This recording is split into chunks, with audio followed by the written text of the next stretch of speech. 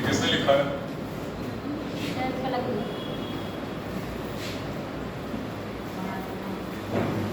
किसने लिखा है? सही लिखा है, लेकिन यहाँ पे ऊपर लिखते तो सही भी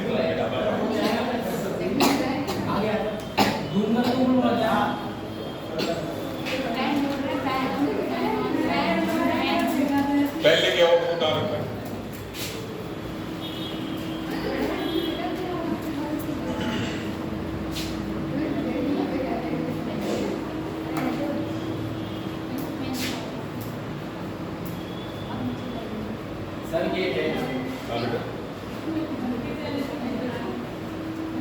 मुझे अच्छी मंथली वाली चाहिए होती है।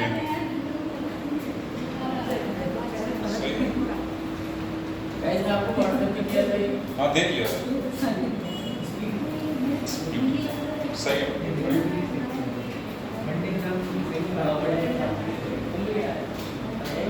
देखो बेटा, हमारा जो अगला टॉपिक है वो है आपदा प्रबंधन।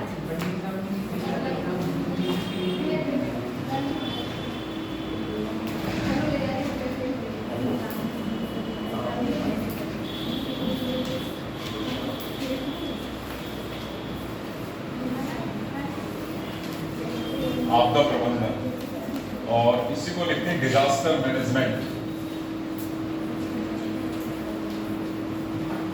डिजास्टर मैनेजमेंट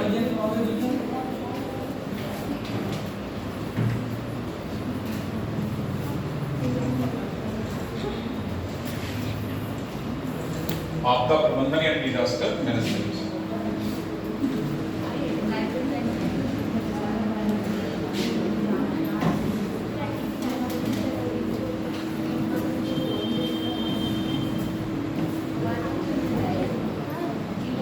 अब बातें नहीं बेटा, अब बातें बंद करो, उसके बाद बातें करना क्लास के बाद। आपदा होती क्या है? पहली बात तो ये आता है कि आपदा होती क्या है? आपदा सर जैसे बाढ़ का आना, ठीक है, और भूस्खलन, ये तो टाइप हो गया आपदा हो गया, लेकिन बेसिकली आपदा कहोगे किसे? अगर आपदा की बात करें तो आपदा बोलोगे किसे? सवाल ये है ना,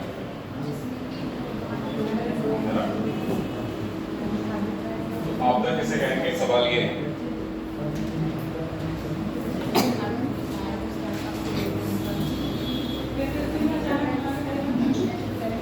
हाँ कह सकते हैं, प्रकृति में अचानक होने वाले परिवर्तन नहीं, प्रकृति में अनपेक्षित घटनाएं जो कि कम समय के लिए होती हैं और मानव जीवन के लिए क्या कहती है? नुकसानदायक होती हैं। साथ साथ मानव जीवन के साथ साथ क्या होंगी? पशु पक्षियों के लिए नुकसानदायक होंगी, पर्यावरण पे नेगेटिव इम्पैक्ट क्या होती हैं, और मानव निर्मित जो वस्तुएं हैं, सपोज इमारतें हो गई, कोई रोड है, रेल है, ट्रांसपोर्टेशन की और कोई अगर अन्य सुविधा है तो उस पर क्या करेंगे? नकारात्मक प्रभाव डालेंगे, तो क्या कहलाएंगे बेटा? आपदा कहलाएंगे। ठीक है, तो क्या होगा? पहली बात, कम समय में होने वाली घटनाएं हैं, अनपेक्षित है, इनकी अपेक्षा पहले से नहीं की जा सकती है, अनप्रिडिक्टेबल है, और क्या होगा? ये मानव जीवन पे क्या होगा? नकारात्मक प्रभाव डालेगा। मानव जीवन पे नकारात्मक प्रभाव डालने के साथ साथ क्या होता है? जो दूसरे हमारे प्राणी हैं, मतलब जीव जंतु हैं, पशु पक्षी हैं, पेड़ पौधे हैं, ठीक है, और साथ ही साथ जो मानव निर्मित वस्तुएं हैं, जैसे रेल बना दी, सड़क बना दी ना, इस तरीके से बड़ी बड़ी इमारतें बना दी, तो अगर उनको नुकसान हो तो इसे क्या नाम दोगे? आपदा। तो बात याद रखनी, ये कम समय के लिए होती है क्योंकि अगर आपदा आई और चली गई मतलब कम समय के लिए, और दूसरा क्या होता है? अनअपेक्षित, अनप्रिडिक्टेबल। ठीक है, इसको पहले से आप इसको अनुमान नहीं लगा सकते कि हाँ इस डेट पे आपदा आनी है। ठीक है बेटा, फिर उसके बाद बात करते हैं कि आपदा कितने प्रकार की होती है। तो आपदा बेसिकली दो प्रकार की होती है, प्राकृतिक और मानव जनित। प्राकृतिक में क्या किया जाएगा? भूकंप, हाँ सीधे से चलता है भूकंप। भूकंप के दौरान अगर जानते हो आप लोग सुनामी, अगर हम बात करें सुनामी क्या होती है? सुनामी क्या होती है बेटा? भूकंपीय तरंगों से उत्पन्न ऊर्जा युक्त जलीय तरंगों को क्या हो जाता है? सुनामी बोलते हैं। ठीक है, तो सुनामी हो गया। इसके बाद क्या लिखते हैं? ज्वालामुखी। ज्वालामुखी को क्या नाम देते हैं? Safety ball of the earth. ज्वालामुखी को नाम देते हैं safety ball of the earth. क्यों कहते हैं? क्योंकि अगर ज्वालामुखी उद्गार नहीं होगा तो पृथ्वी को एक बड़े विस्फोट का खतरा रहेगा, ठीक है। यानी कि पृथ्वी एक बड़े विस्फोट के साथ फट न जाए, इसीलिए ज्वालामुखी उद्गार को क्या कहता है, safety ball of the earth, ठीक है। तो इसके पीछे ये रीजन दिया जाता है। और भूकंप और ज्वालामुखी होते क्या है वास्तव में, ये ऊर्जा स्थानांतरण की एक प्रक्रिया है, ठीक है। ऊर्जा स्थानांतरण की एक प्रक्रिया है, मतलब जो भूमिगत ऊर्जा होती है वो निर्मुक्त होती है भूकंप और ज्वालामुखी के माध्यम से, ठीक। इसके बाद बाढ़ की बात करते हैं। बाढ़ क्या होता है, अत्यधिक मात्रा में नदियों द्वारा लाया गया जल जो कि स्थल क्षेत्रों में तबाही मचाता है, उसे क्या बोलते हैं, बाढ़, ठीक है। बाढ़ के लिए अक्सर क्या होता है, जो हमारी हिमालयी नदियाँ होती हैं वो जिम्मेदार है। बाढ़ के लिए कौन जिम्मेदार होता है, जो हमारी हिमालयन नदियाँ हैं, खासतौर पर जैसे कोसी का नाम सुना होगा, कोसी को बिहार का शोक कहा जाता है, महानदी को उड़ीसा का शोक कहा जाता है, ऐसे दामोदर को किसका शोक कहा जाता है, पश्चिम बंगाल का शोक कहा जाता है। ब्रह्मपुत्र, तो ब्रह्मपुत्र कहाँ है, असम, ठीक है। असम में माजुली द्वीप है ना, सबसे बड़ा नदी द्वीप बोला जाता है, तो माजुली द्वीप भी कहाँ है, असम में है। तो कई सारी जो ब्रह्मपुत्र की सहायक नदियाँ, जैसे लोहित है, मानस है, कामेंग है, तीस्ता है, ये सारी किसकी है, ब्रह्मपुत्र है। तो ये सारी की सारी किसमें मिलती है, ब्रह्मपुत्र में आके मिलती है। और ब्रह्मपुत्र अल्टीमेटली कहाँ आती है, असम में, जिसकी वजह से असम में क्या होता है, बाढ़ जैसे हालात हो जाते हैं। अच्छा, बाढ़ का एक होना है, मतलब जैसे बाढ़ आ रही है, ठीक है, अगर हम बाढ़ की बात करें तो इससे क्या होता है, नदी का जो तल है, नदी का तल उथला हो जाता है। नदी का तल क्या होगा, उथला हो जाएगा। उथला होने से क्या होगा, जो नदी के माध्यम से जो अवसाद आ रहा है या गाद आ रही है पहाड़ से, वो क्या होगा, नदी के तल में जमा हो जाएगा, ठीक है। नदी के तल में जमा हो जाएगा तो नदी क्या हो जाएगी, उथली हो जाएगी, ठीक है। उथली होने से जो जल है वो स्थल क्षेत्र की ओर भागेगा। स्थल क्षेत्र की ओर भागने के कारण वही क्या करेगा, बाढ़ जैसी समस्या उत्पन्न करेगा, जिससे क्या होगा, जनजीवन को नुकसान होता है, ठीक है। इसके अलावा बात करते हैं भूस्खलन। भूस्खलन क्या होता है बेटा, लैंडस्लाइड सुना, लैंडस्लाइड बेसिकली गुरुत्वाकर्षण बल के कारण और अपक्षय के कारण होता है। लैंडस्लाइड किसके कारण होता है, गुरुत्वाकर्षण बल और अपक्षय के कारण होता है। तो लैंडस्लाइड देखा होगा कि बड़े बड़े पहाड़ दरक के अचानक से नीचे आते हैं, तभी मना कहा जाता है, अक्सर कहा जाता है कि बारिश में या गर्मियों के दौरान पहाड़ों पर ना जाएं, क्योंकि पहाड़ खुद घूमने नीचे आ जाते हैं। इसकी वजह क्या होती है, क्योंकि अत्यधिक वर्षा के कारण क्या होता है, लैंडस्लाइड्स की घटना और तीव्र हो जाती है। कैसे होती है, जरा इस प्रश्न में देखो बेटा, अगर ये हमने ढलान बना दी कोई, ठीक है, तो यहाँ से क्या कहते हैं, अगर कोई, और ये एक पहाड़ी है, मतलब छोटा सा कोई टीला टाइप का बना हुआ पहाड़ है, ठीक है। ये घटना किसके कारण हुई, ये तो हो रही है गुरुत्वाकर्षण बल के कारण और अपक्षय के कारण। अपक्षय मतलब टूटना, जो चट्टानें हैं वो टूटती हैं, उनमें दरार पड़ती है, जिसकी वजह से क्या होता है, गुरुत्वाकर्षण बल के कारण वो नीचे आती है। लेकिन पानी अगर यहाँ पे मिल जाए साथ में, अगर हम बात करें, अगर यहाँ पे बारिश का पानी हो जाए, रेन वाटर की बात करें, तो रेन वाटर यहाँ पे कैसे काम करेगा, लुब्रिकेंट की तरह काम करेगा। तो रेन वाटर यहाँ कैसे काम करेगा, लुब्रिकेंट के तौर पे काम करेगा। मतलब जिस चट्टान की दर खिसकने की अगर काम है तो उसकी दर को बढ़ा देगा, मीन्स कैटलिस्ट का काम करेगा यहाँ पे रेन वाटर, ठीक है। अगर आप सूखी मिट्टी पे चलो, सूखी मिट्टी पे चलो, क्या आप फिसलोगे, नहीं फिसलोगे। अगर वहीं कीचड़ पे जाओ, क्या होगा, जहाँ पे पैर रखोगे ना तो मिट्टी जो छिटक के आसपास जाएगी और पैर फिसलने की संभावना रहती है। तो मतलब पानी का जो पानी है वहाँ पे किसकी तरह काम करेगा, कैटलिस्ट की तरह, और वो क्या प्रोवाइड करेगा, लुब्रिकेशन प्रोवाइड करेगा, जिसके दौरान क्या होगा, जो हमारी पहाड़ी खिसकने की दर बढ़ जाएगी और ये अचानक से नीचे आ जाएगी। तो ये क्या कहलाता है, लैंडस्लाइड कहलाता है। एक घटना होती है एवलांचे, हिमस्खलन। हिमस्खलन सुना है, हिमस्खलन क्या होता है, जैसे भूस्खलन होता है वैसे क्या होता है, पर्वतीय क्षेत्र में हिमस्खलन होता है। जैसे जब अत्यधिक बर्फ जमा हो जाती है पहाड़ों पर, ठीक है, अत्यधिक बर्फ जमा हो जाती है, तो उससे भी ये घटना होती है, जो कई सारी ठंडी पवनें चलती हैं वहाँ पे, ठंडी पवनों के चलने से, ठीक है, और इस तरीके से जब बर्फ की अत्यधिक मात्रा जमा हो जाती है तो वहाँ से बर्फ हटना शुरू होती है, हटना शुरू होती है। तो देखा होगा मूवी वगैरह में कि कई सारी बर्फ जो है एक साथ गिरने लगती है, तो उसको क्या बोलते हैं, एवलांचे, मतलब हिमस्खलन के एक नाम दिया जाता है। तो ये हो गई। और क्या टाइप हो सकता है आपदा में,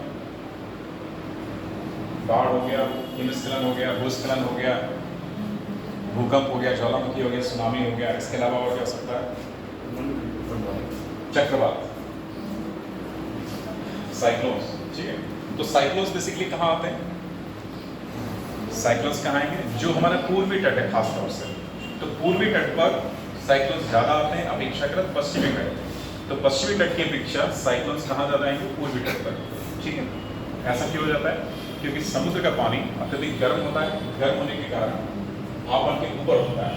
ठीक है, हवा के प्रभाव के कारण ये निम्न वायुदा पेटी वहाँ पे बनती है, जिसके कारण साइक्लोन्स आते हैं। ठीक है बेटा, तो ये साइक्लोन्स जब तटीय क्षेत्रों में प्रवेश करते हैं, तटीय क्षेत्रों में प्रवेश करके ये अत्यधिक तबाही मचाते हैं। ठीक, खासतौर से उड़ीसा में आते हैं, पश्चिम बंगाल में आते हैं। ठीक है, आंध्र प्रदेश का जो तटीय क्षेत्र है वहाँ पे आते हैं। ठीक है, और इनमें भी सबसे ज़्यादा संभावना क्या रहती है? उड़ीसा में आने की। ठीक, तो साइक्लोन्स हो गए, चक्रवात हो गए। और बताओ, अच्छा एक चीज़ और याद रखनी, जो हमारे यहाँ जो साइक्लोन्स आते हैं वो ग्राम पे जल्दी चलते हैं, उष्ण कटिबंधीय चक्रवात उनको बोलते हैं। हमारे यहाँ जो चक्रवात आते हैं उनको क्या बोलते हैं? उष्ण कटिबंधीय चक्रवात। ये भी बात याद रखना। इसके अलावा क्या हो सकता है? बाढ़ हो गया, बाढ़ पड़ लिया, चक्रवात पड़ लिया, सुनामी पड़ लिया। और क्या हो सकता है? भूकंप भी पड़ लिया। सूखा, सूखे की समस्या क्या होती है? जब वर्षा होती है। ठीक है, हमने ये बात करा, अगर मान लो हमें एक छोटा सा यहाँ पे अगर एक डायग्राम बना के देखें,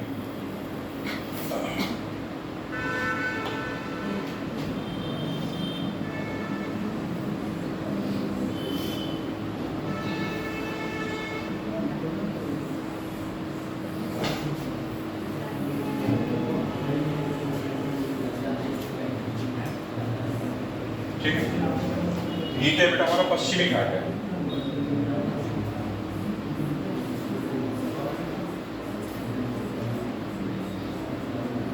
ठीक है, ये पश्चिमी घाट है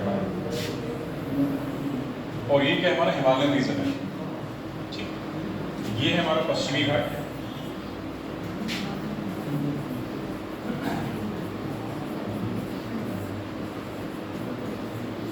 और ये है हमारा हिमालयन रीजन, हिमालय पर्वत श्रृंखला।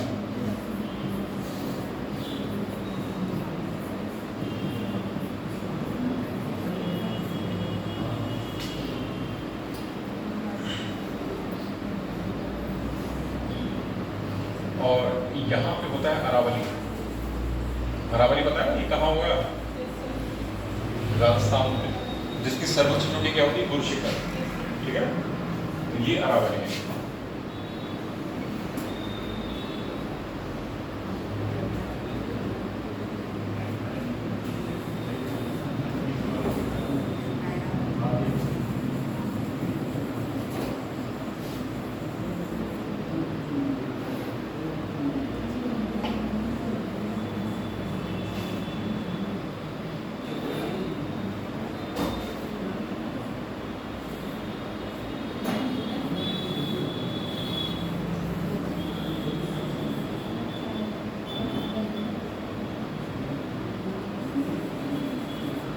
देखो होता ये है, अगर हम अपने वर्षा की बात करें तो हमारे यहाँ वर्षा कैसी है? मानसूनी वर्षा है, और दक्षिण पश्चिम मानसून के कारण सर्वाधिक वर्षा हमारे यहाँ होती है।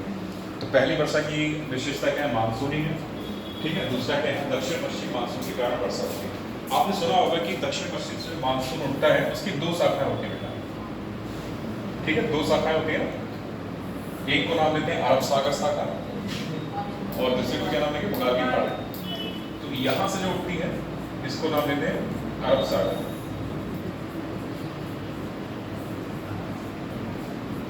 मानसून की अरब सागर शाखा।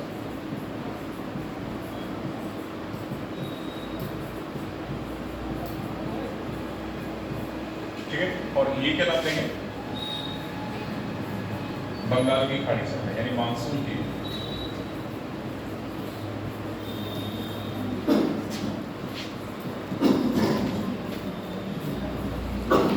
बंगाल की खाड़ी शाखा।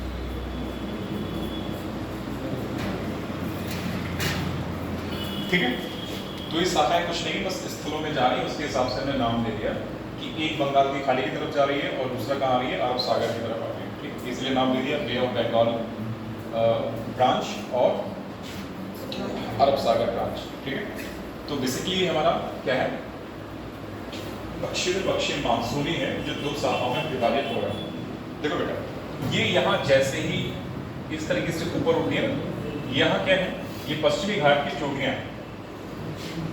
तो जैसे ही ये शाखाएं यहाँ पे टकराएंगी तो ये पश्चिमी घाट में सर्वाधिक वर्षा कर देगी। ठीक है, पश्चिमी घाट पे वर्षा करेंगी, ठीक है, और ऊपर उठती जाएंगी तो ये यहाँ से जाके मध्य भारत में प्रवेश करेंगी। लेकिन पश्चिमी घाट के पूर्वी, अगर हम बात करें पश्चिमी घाट के पूर्वी भाग जहाँ पे वर्षा नहीं होगी, इसको क्या बोलेंगे? वृष्टि छाया क्षेत्र। क्या बोलेंगे? तो वृष्टि छाया क्षेत्र बोलेंगे। और यहीं पे क्या होता है? सूखे जैसी समस्या होती है, ठीक है। और अगर हम यहीं पे बात करें, ये क्या है? अरावली, ठीक है। तो अरावली एक तरीके से कहा है राजस्थान में है, और यहाँ पे क्या है? थार डेजर्ट मिलता है, थार डेजर्ट, ठीक है। तो ऐसे ही क्या होता है, यहाँ भी क्या बनेंगे? वृष्टि छाया क्षेत्र बनेंगे, ठीक। और यहाँ क्या? सतपुड़ा रेंज होती है और विंध्यान रेंज होती है, ठीक है। तो सतपुड़ा पहाड़ी के उत्तर में क्या बन जाएगा? यहाँ पे वृष्टि छाया क्षेत्र बनेगा। वृष्टि छाया क्षेत्र क्या होगा बेटा? वृष्टि छाया क्षेत्र क्या होंगे? हाँ, वर्षा की मात्रा यहाँ पे नहीं पहुंचती, ठीक है। क्यों बनते हैं? पवन विमुख पवनों के कारण बनते हैं। पवन विमुख जो एक तरीके से पवनें होती हैं, जो कि क्या करती हैं? गर्म पवनें हैं, और जो क्या करती हैं? नमी की मात्रा को अवशोषित करती हैं। एक तरीके से नमी को अवशोषित करती है, तो वहाँ पे क्या होगा? शुष्क क्षेत्र बनेंगे, जिन्हें वृष्टि छाया क्षेत्र बोला जाएगा, ठीक है। तो वृष्टि छाया क्षेत्र हमेशा क्या बनेंगे? पवन विमुख होते हैं। पवन विमुख मतलब पवन की उल्टी दिशा वाले जो होते हैं, पवन विमुख होते हैं वृष्टि छाया क्षेत्र, ठीक है। और इन्हीं वृष्टि छाया क्षेत्रों में क्या देखने को मिलती है? सूखे जैसी समस्या देखने को मिलती है, ठीक। जैसे थार रेगिस्तान हो गया, है ना, पश्चिमी घाट के पूर्वी किनारे हो गए जहाँ पे वर्षा की मात्रा नहीं हुई है, वो वृष्टि छाया क्षेत्र बन जाए। तो यहाँ पे क्या होता है? सूखे जैसे हालात, और सूखे जैसे हालात मतलब 50 सेंटीमीटर से कम वर्षा होना सूखे जैसे हालात या एरिड रीजन को दर्शाता है, ठीक। तो ये बाढ़ की समस्या होती है। अच्छा, बाढ़ की समस्या होने से क्या होता है? असर क्या पड़ेगा? किसानों पर असर पड़ता है, उनकी खेती जो है, खेती पे नेगेटिव इम्पैक्ट पड़ता है। अगर वर्षा नहीं होगी तो हम पौधों को सींचेंगे कहाँ से? मतलब जो है खेतों में पानी कहाँ देंगे? जब खेतों में पानी नहीं पहुँचेगा तो पौधे उगेंगे कैसे? यानी कि खेती कैसे होगी हमारी? तो एक तरीके से जो एग्रीकल्चर सेक्टर है तो उस पर नकारात्मक प्रभाव होता है सूखा, ठीक है। तो ये और मतलब इसके अलावा जो है आपदा क्या हो सकती है? वनों की कटाई होगी, चलो ठीक है, वो तो वाल्कनिक इरप्शन में हो जाएगा, ज्वालामुखी ज्वार, हाँ ज्वार भाटा कह सकते हैं, ठीक है।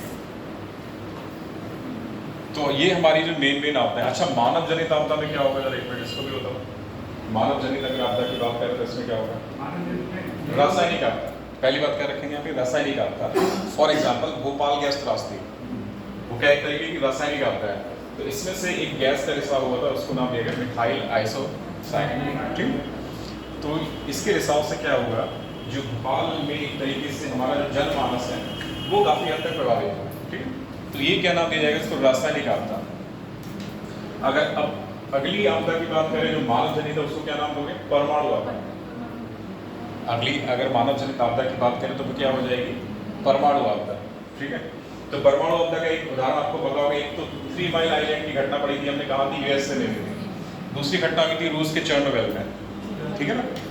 एक घटना है 3 माइल आइलैंड की जो कहाँ है? यूएसए में, और एक घटना है चेर्नोबिल जो कि है यूएसएसआर, मतलब जो संयुक्त सोवियत संघ जो हमारा रूस है वहाँ पे हो रही है ये घटना, ठीक है। तो ये याद रखना। तो चेर्नोबिल में ऐसे ही जो हमारा रेडियो एक्टिव सक्रिय पदार्थ है, तो वहाँ से कुछ जो रेडिएशंस हुए जिसकी वजह से वहाँ पे जनमानस प्रभावित हुआ, वो क्या नाम दिया गया उसको? चेर्नोबिल घटना, ठीक है। जरा कुछ बेसिक बातें लिखो हेडिंग डाल के आपदा।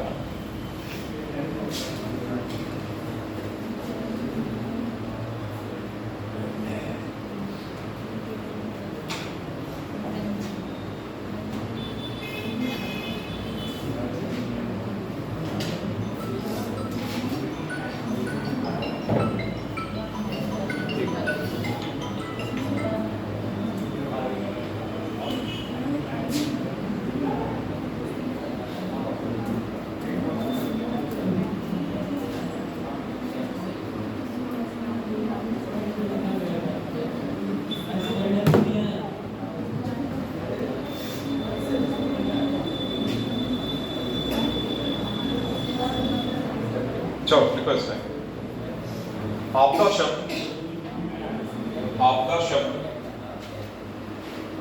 आपदा शब्द मूल फ्रेंच शब्द, आपदा शब्द मूल फ्रेंच शब्द डिजास्टर, मूल फ्रेंच मतलब फ्रांसीसी भाषा का शब्द, मूल फ्रेंच शब्द डिजास्टर, इस तरीके से डिजास्टर से संबंधित है, जो कि दो शब्दों से मिलकर बना है, जो कि दो शब्दों से मिलकर बना है। डैश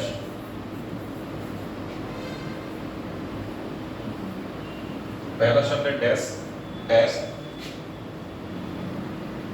और स्वयं को पहला शब्द DES, डैश, डैश यानी बुरा, डैश यानी बुरा।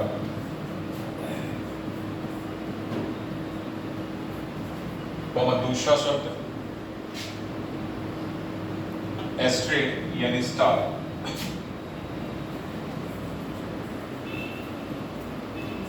एस्ट्रे यानी स्टार, ठीक है। दूसरा शब्द एस्ट्रे यानी स्टार।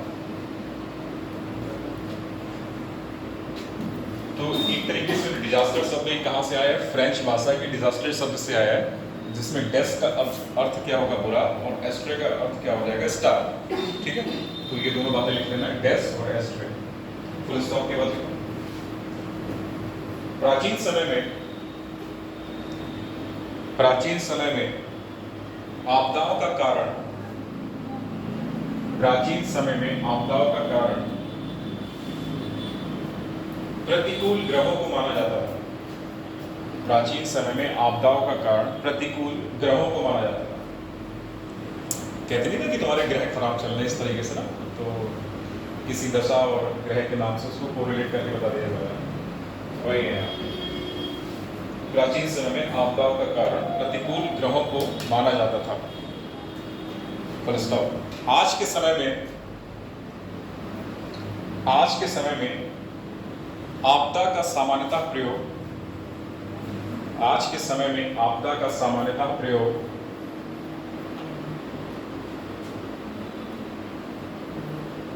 प्राकृतिक और मानव निर्मित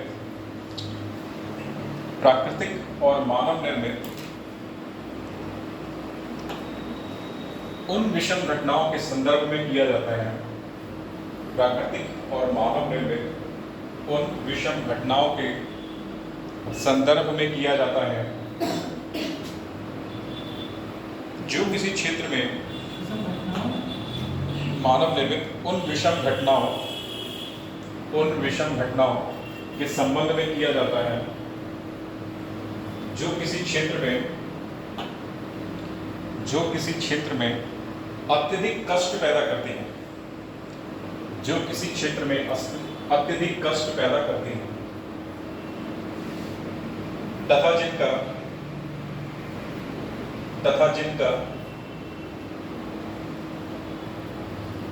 क्षेत्रीय संसाधनों के द्वारा निस्तारण करना क्षेत्रीय संसाधनों के द्वारा निस्तारण करना कठिन हो जाता है। निस्तारण करना कठिन हो जाता है। पैराग्राफ बदल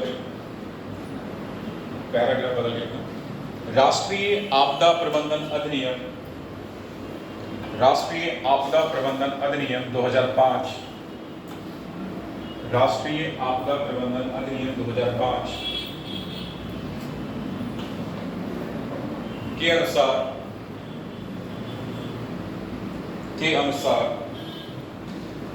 आपदा का अर्थ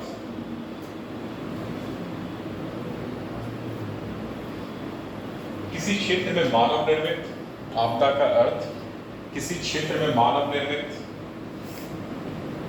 या प्राकृतिक कारणों से, किसी क्षेत्र में मानव निर्मित या प्राकृतिक कारणों से उत्पन्न हुई, मानव निर्मित या प्राकृतिक कारणों से उत्पन्न हुई तबाही, उत्पन्न हुई तबाही, दुर्घटना, दुर्घटना या लापरवाही, दुर्घटना या लापरवाही से है,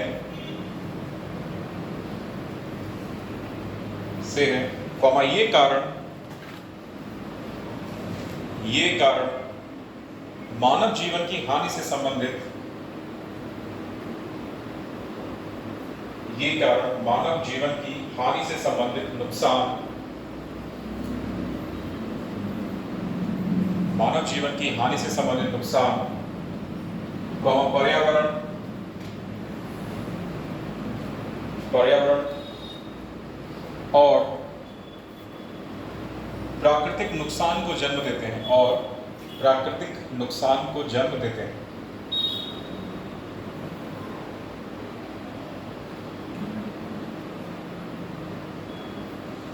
फुल स्टॉप। अगला पैरा लिखो,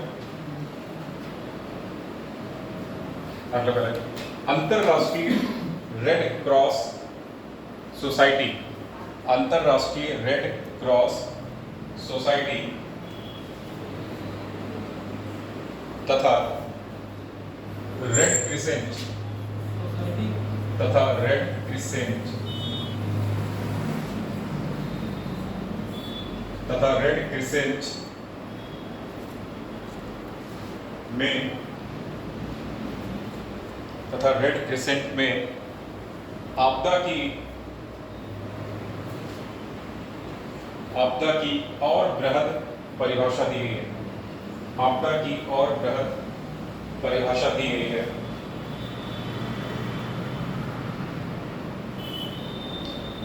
आपदा की और बृहद परिभाषा दी गई है। Full stop. इसी में लिखो, अंतरराष्ट्रीय रेड क्रॉस सोसाइटी, अंतरराष्ट्रीय रेड क्रॉस सोसाइटी के अनुसार, अंतरराष्ट्रीय रेड क्रॉस सोसाइटी के अनुसार, कॉमा लगाओ और इसको डबल इन्वर्टेड कॉमा बंद करके लिखो, ऐसे करें, कॉमा लगाओ वहीं पे, अनुसार के बाद कॉमा और डबल इन्वर्टेड कॉमा पे लिखो। चलो, आपदा अचानक घटित हुई, आपदा अचानक घटित हुई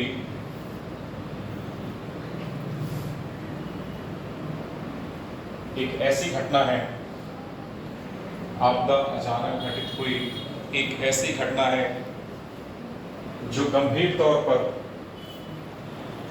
जो गंभीर तौर पर समाज, जो गंभीर तौर पर समाज और समुदाय की, समाज और समुदाय की कार्यप्रणाली को, समाज और समुदाय की कार्यप्रणाली को नुकसान पहुंचाती है, नुकसान पहुंचाती है और सामाजिक आर्थिक, सामाजिक आर्थिक पर्यावरणीय, पर्यावरणीय क्षति का कारण बनती है, क्षति का कारण बनती है, कौमा, ये घटनाएं, ये घटनाएं सामाजिक और समुदाय की, ये घटनाएं सामाजिक और समुदाय की संसाधनों को प्रयोग करने की, सामाजिक और समुदाय की संसाधनों को प्रयोग करने की क्षमता के परे होती है, क्षमता के परे होती है। Full stop. आपदा तब घटित होती है, आपदा तब घटित होती है जब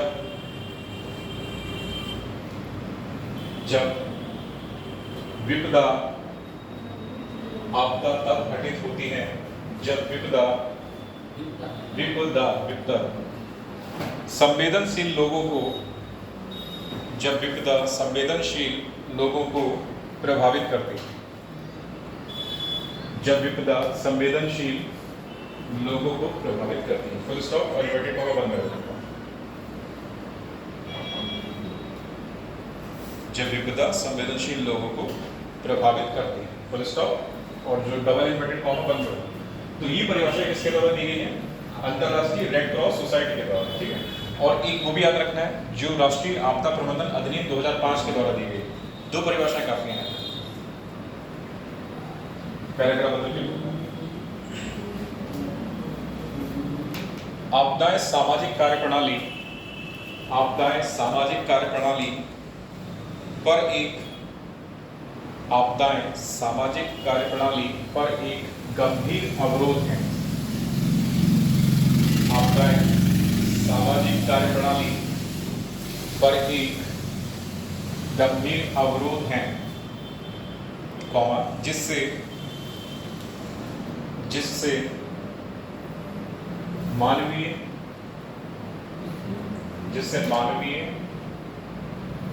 कॉमा जैविक का मतलब जीव जंतु होते हैं। मानवीय कॉमा जैविक और पर्यावरणीय क्षति होती है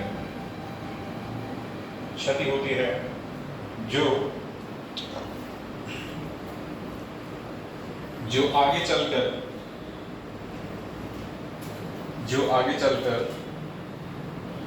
लोगों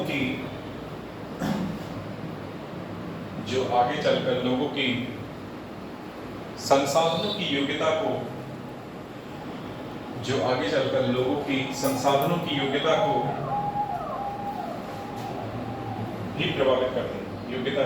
भी प्रभावित करती हैं।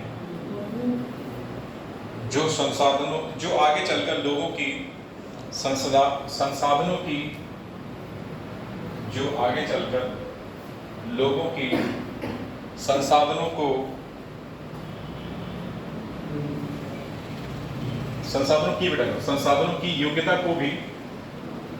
संसाधनों की योग्यता को भी प्रभावित करती हैं। Full stop.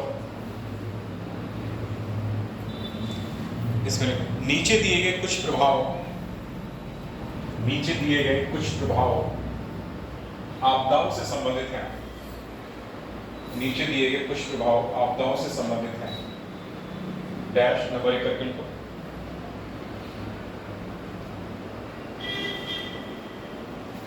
इसमें पहला नंबर जीवन के समान चक्र में गिरावट।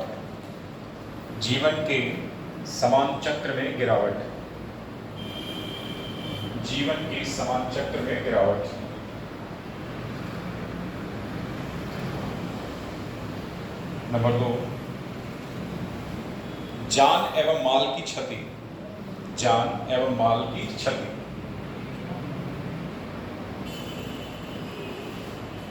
माल मतलब प्रॉपर्टी, ठीक है। जान एवं माल की क्षति।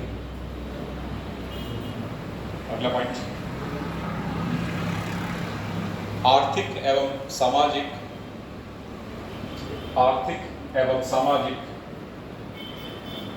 संरचना पर प्रतिकूल प्रभाव।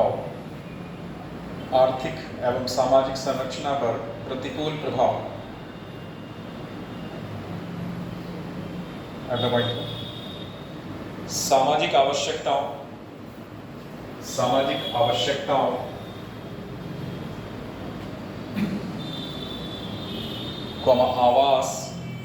आवास मतलब घर। सामाजिक आवश्यकताओं आवास भोजन चिकित्सकीय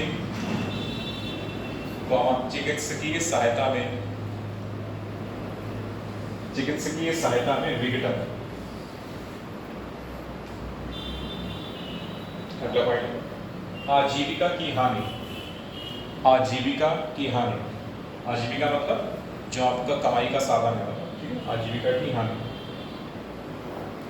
अगला पॉइंट, संचार कौमा यातायात, संचार कौमा यातायात एवं आधारभूत संरचना में विघटन।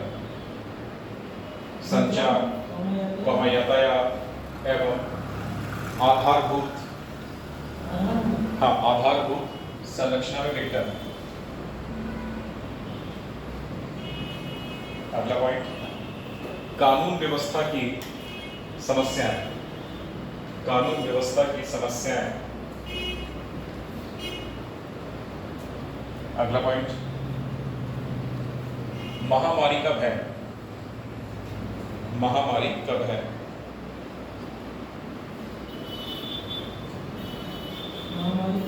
भय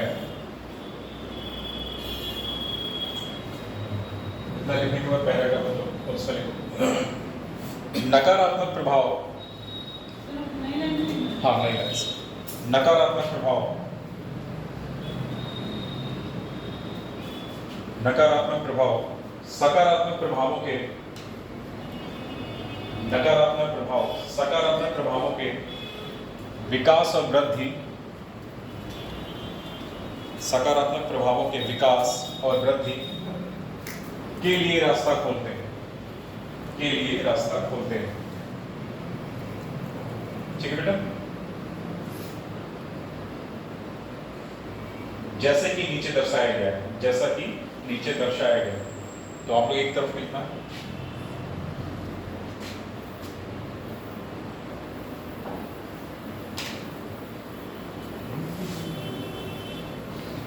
देखो बेटा, इसमें जो बात कही ना, नकारात्मक प्रभाव किसके लिए रास्ता खोलते हैं? सकारात्मक प्रभाव की वृद्धि के लिए। अगर कोई आपदा आती है तो जाहिर सी बात है हम तभी नए विचार सोच सकते हैं। अगर कोई आपदा आ रही है किसी क्षेत्र में तो जाहिर सी बात है कि हम तभी उससे बचने के कोई ना कोई नए उपाय खोजेंगे। मतलब कुछ ऐसा इनोवेशन या नवाचार निकालेंगे जिससे हम उस आपदा को न्यूनीकरण करने का प्रभाव कर सकें, मतलब खत्म कर सकें तरीके। तो एक तरीके से जो यहाँ बात कही गई है कि नकारात्मकता क्या होती है? सकारात्मकता को जन्म देती है। मतलब सकारात्मक प्रभावों के लिए सकारात्मक जो है एक तरीके से वृद्धि को बढ़ावा दे रही है। ठीक है। तो इसमें एक तरफ लिखो। तो इसमें पहला लिखो नकारात्मक पहलू। नकारात्मक पहलू। और एक तरफ लिखो बेटा सकारात्मक पहलू।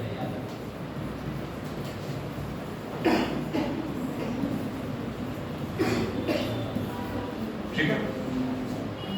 और यहाँ पे नंबर 1 करके यहाँ पे नंबर 1 लिखो नकारात्मक पहलू में।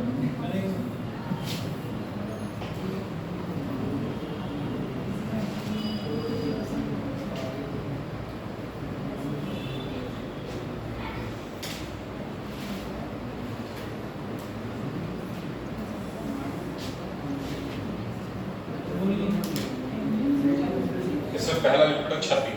नकारात्मक पहला जो पहलू है वो क्षति। जब क्षति होगी तभी तो हम विकास करेंगे। जब किसी चीज की क्षति होगी, माना अगर कोई बिल्डिंग गिर गई, माना किसी आपदावश कोई बिल्डिंग गिर गई, या हमारी रेल जो है एक तरीके से रेलवे सिस्टम खराब हो गया या रोड ट्रांसपोर्ट सिस्टम खराब हो गया, तो हम क्या करेंगे? उसका विकास करेंगे। ठीक है। तो क्षति क्या किसको जन्म देगी? विकास। तो सकारात्मक पहलू क्या हो जाएगा? विकास। सकारात्मक पहलू हो जाएगा विकास। ठीक है। अगला है व्यवधान। व्यवधान। व्यवधान मतलब इंटरप्शन, किसी में विघ्न बाधा पैदा करना। विघ्न बाधा पैदा करना मतलब व्यवधान। ठीक है। तो व्यवधान किसको जन्म देगा? नवाचार। नवाचार को जन्म देगा। नवाचार मतलब नए नए विचार सोचना। ठीक है। कैसे उससे निपटा जाए इस तरीके से, तो ये नवाचार को जन्म देता है।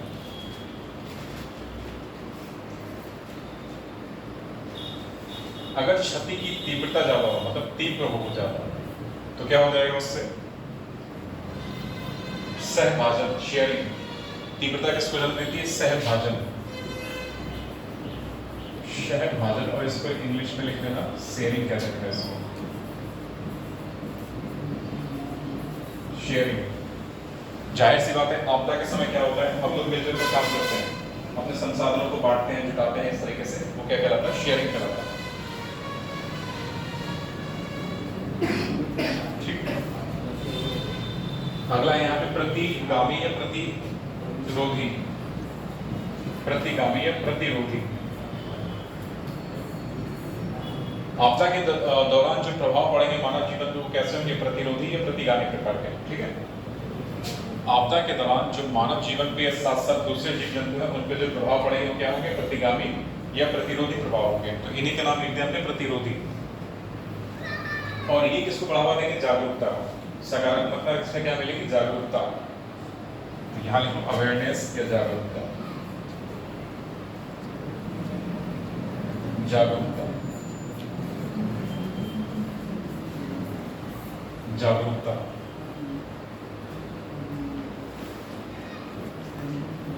जब कहीं विपत्ति आती है तो क्या होता है, आत्मनिर्भरता की खोज होती है, यानी आत्मनिर्भरता का क्या होता है, जन्म होता है। तो अगला लिखो विपत्ति।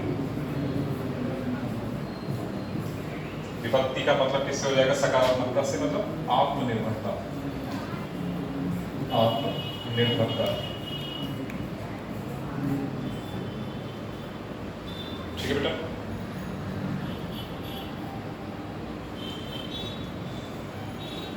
इसके बाद अगला लिखो छठा, आघात। आघात, आघात से कैसे उसका सकारात्मक पहलू क्या होगा, रूपांतरण। तो आघात का यहाँ सकारात्मक पहलू क्या हो जाएगा, रूपांतरण। रूपांतरण।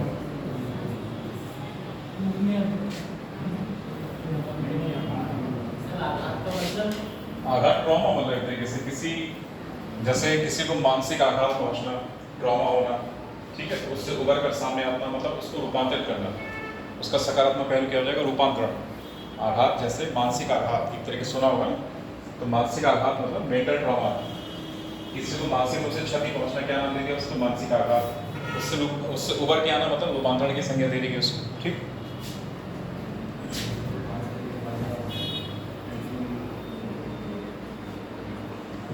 अगला है आपातकालीन, और ये हमारा छठा, ये सातवां हो जाएगा, और यहाँ आठवां, आपातकालीन।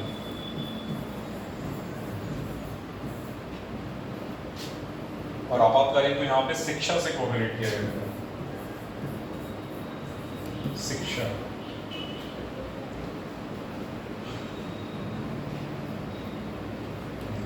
आठवां नंबर पे जोखिम यानी रिस्क, जोखिम। और जोखिम को यहाँ पे सकारात्मकता से कोरिलेट किया गया, स्थिति स्थापक।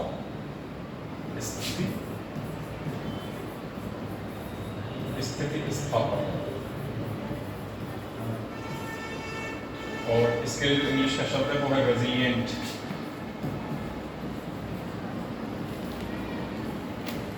रेजिलिएंट,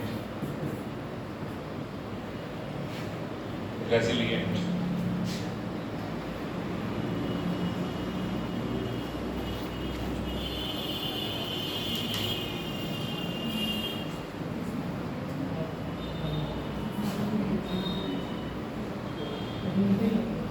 ठीक है बेटा।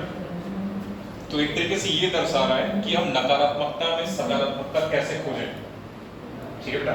तो यहाँ इसको लिखने का मतलब ये है कि हम नकारात्मकता में सकारात्मकता कैसे खोजें। अगर हमें कोई भी आपदा या विपदा आनी है तो हम उस स्थिति से निपटने के लिए खुद को कैसे सकारात्मक बनाएं। ठीक है। तो इसमें यहाँ पे इसका मतलब ये है। अगला है आपका आपदाओं के प्रकार। आपदाओं के प्रकार क्या कह रहे हो? हाँ बोलो, क्या कह रहे हो भाई? पहले आपदाओं के प्रकार पढ़ लो। पहले आपदाओं के प्रकार पढ़ लो। ठीक है। देखो बेटा, इसमें दो ही तरह से हम लोग बांटेंगे इसको, 2 टाइप्स कर लो यहाँ पे। और इसमें एक तरफ देखो प्राकृतिक आपदाएं और दूसरी तरफ मानव जनित आपदा है। प्राकृतिक आपदाएं, और दूसरी तरफ लिख लो मानव जनित आपदाएं।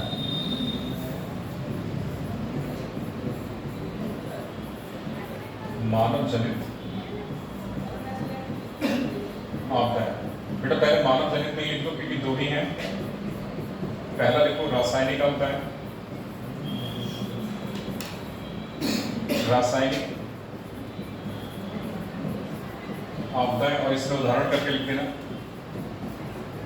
भोपाल गैस त्रासदी, भोपाल गैस त्रासदी। फिर इसके बाद अगला है परमाणु आपदा।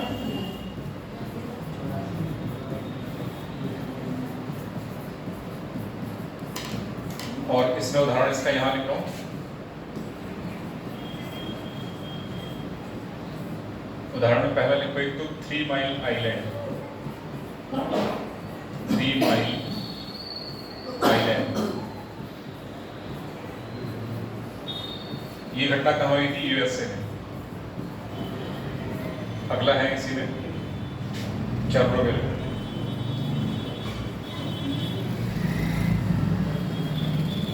चेरनोबिल घटना। और ये कहाँ है बेटा? ये है रूस में। ये दोनों एग्जाम्पल लिखो। भोपाल गैस त्रासदी, भोपाल गैस त्रासदी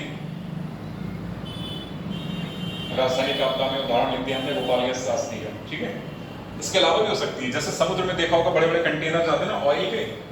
इसके अलावा क्या हो सकता है? समुद्र में देखा होगा बड़े बड़े टैंकर जाते हैं ऑयल के, तो वो टैंकर अगर टकरा जाएं या कहीं गिर जाएं तो क्या होता है? समुद्र की सतह पे बहुत सारा तेल बिखर जाता है। तेल बिखरने से क्या होता है? जो मछलियां वहां पे प्रभावित होती हैं उनको ऑक्सीजन नहीं मिल पाती है। ठीक है, ऑक्सीजन नहीं मिलती है।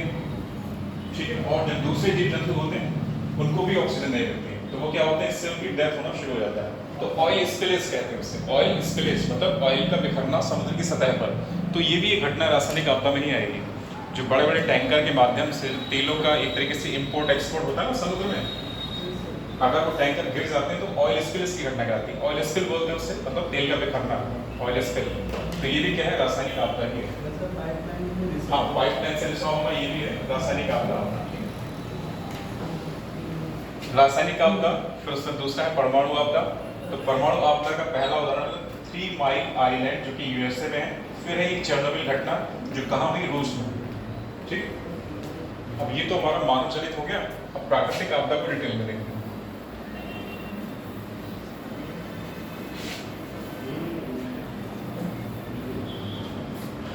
इसमें भी इस तरीके से टेबल बनानी है, और जो इसमें पहला टाइप है जल और जलवायु संबंधित, जल और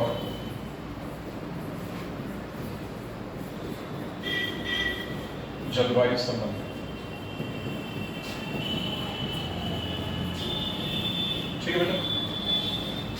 दूसरा टाइप इसमें लिखो भौगोलिक संबंधी आपदा, भौगोलिक आपदा ऐसे लिखो, भौगोलिक आपदा। ठीक है,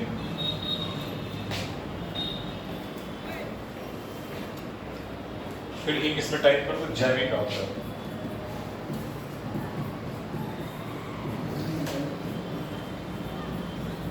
जैविक आपदा। ठीक है, तो इसको 3 कैटेगरी में बांट दिया। पहला क्या हो गया बेटा? इसको नाम दे दो, चाहे ए कैटेगरी का नाम दे दो, इसको बी नाम दे दो, और इसको सी नाम दे दो। फिर यहाँ पे इसको नंबरिंग करके लिखते जाना, यहाँ पे, और इस तरीके से। तो इस वाले में मैं बोल रहा हूँ, आप लोग लिखना भी। ठीक है, हाँ रुका रुका, कहीं नहीं जाता।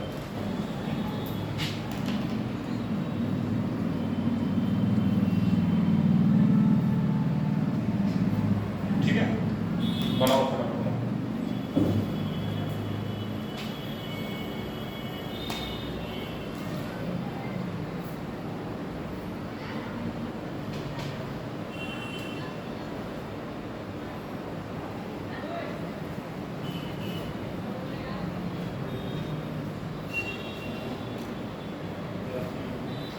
हो गया?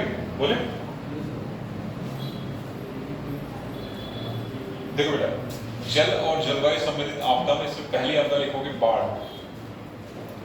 बाढ़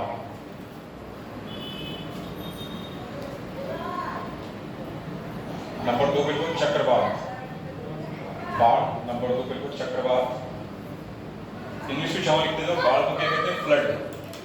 बाढ़ की इंग्लिश क्या हो जाएगी? फ्लड। ठीक है, बाढ़ को इंग्लिश में क्या लिख देंगे? फ्लड।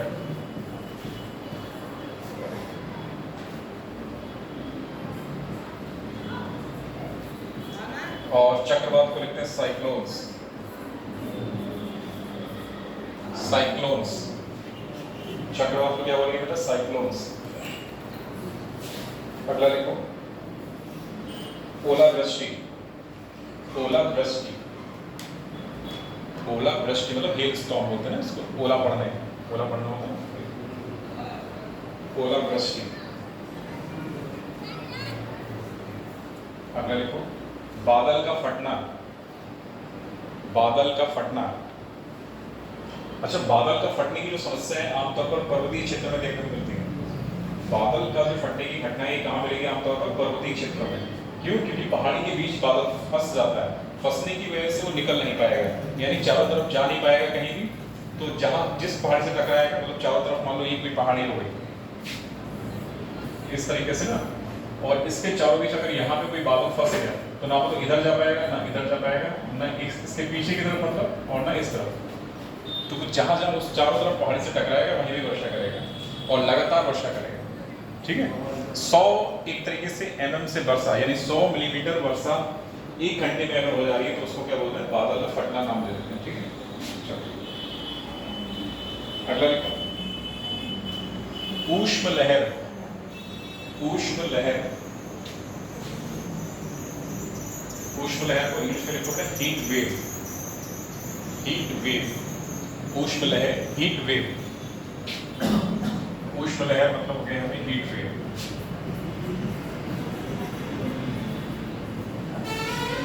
हीट वेव्स, ऊष्म लहर, हीट वेव्स। अगली है इसमें, इसी में लिखो बेटा जलवायु संबंधित है। अगली है सूखा। सूखा, जिसको इंग्लिश में बोलते हैं ड्रॉट। इंग्लिश में क्या लिखेंगे? ड्रॉट।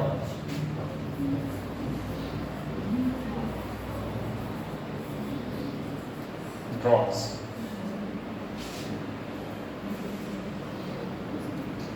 सूखा के बाद अगला लिखो हिमस्खलन। हिमस्खलन, हिमस्खलन कहाँ होगा? पर्वतीय क्षेत्र में। हिमस्खलन,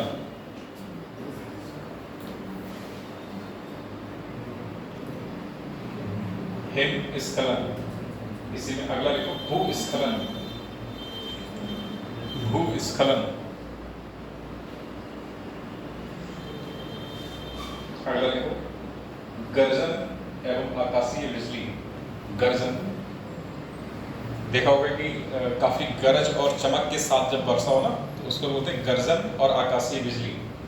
कहीं कहीं पे बिजली का गिर जाना ना, वही गर्जन और आकाशीय बिजली।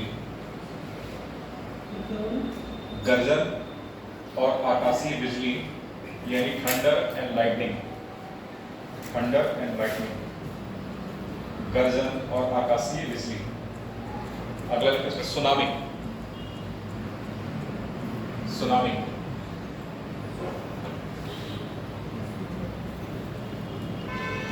ठीक है। भौगोलिक आपदाएं मतलब एक तरीके से पृथ्वी की स्थलाकृति से संबंधित आपदाएं। ठीक है, तो इसमें लिखो नंबर 1 भूकंप। भूकंप,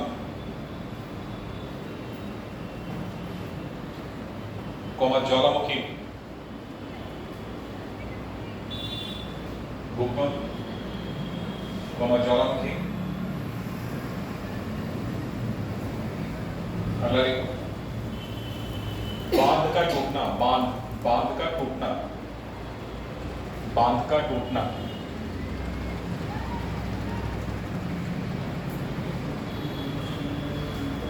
अगला है यहाँ पे जैविक आपदा है। जैविक आपदा में नंबर 1 करके लिखो। जैविक खतरे, जैविक खतरे। अगला लिखो महामारी। कोरोना क्या था? कोरोना भी तो एक महामारी था ना, इस तरीके से क्या है, जैविक आपदा ही था वो भी। तो इसमें नंबर 2 महामारी। नंबर 3 लिखो कीटों का हमला, कीटों का हमला। आपने देखा होगा कभी किसी खेत में इकट्ठा कीट इकट्ठे झुंड के झुंड आते हैं और वो खेत को चट कर जाते हैं, पूरा साफ कर।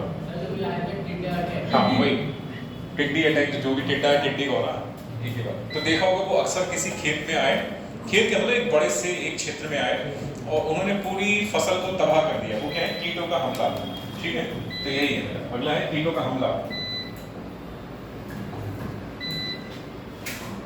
अगला है मवेशी महामारी।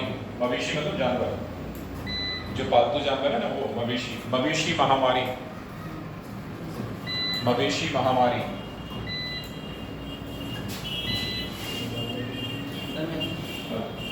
अगला लिखो विषाक्त भोजन। विषाक्त भोजन मतलब फूड पॉइजनिंग। विषाक्त भोजन मतलब फूड पॉइजनिंग। ठीक है बेटा, चलो है डालो प्राकृतिक आपदाएं। प्राकृतिक आपदाएं, प्राकृतिक आपदाएं और उसमें नंबर 1 करके लिखो भूकंप।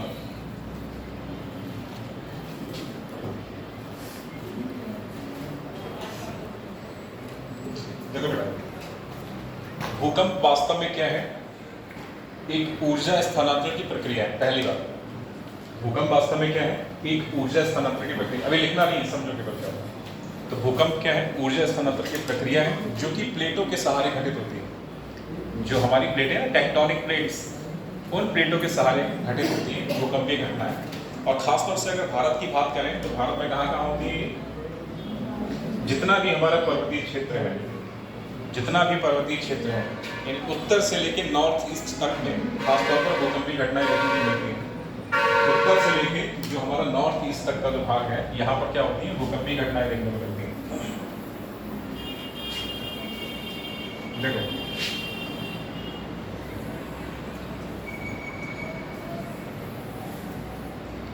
ये क्या हो गया हमारा? उत्तरी तरीके से नॉर्थ हो गया, और ये वाला एरिया क्या है? North east.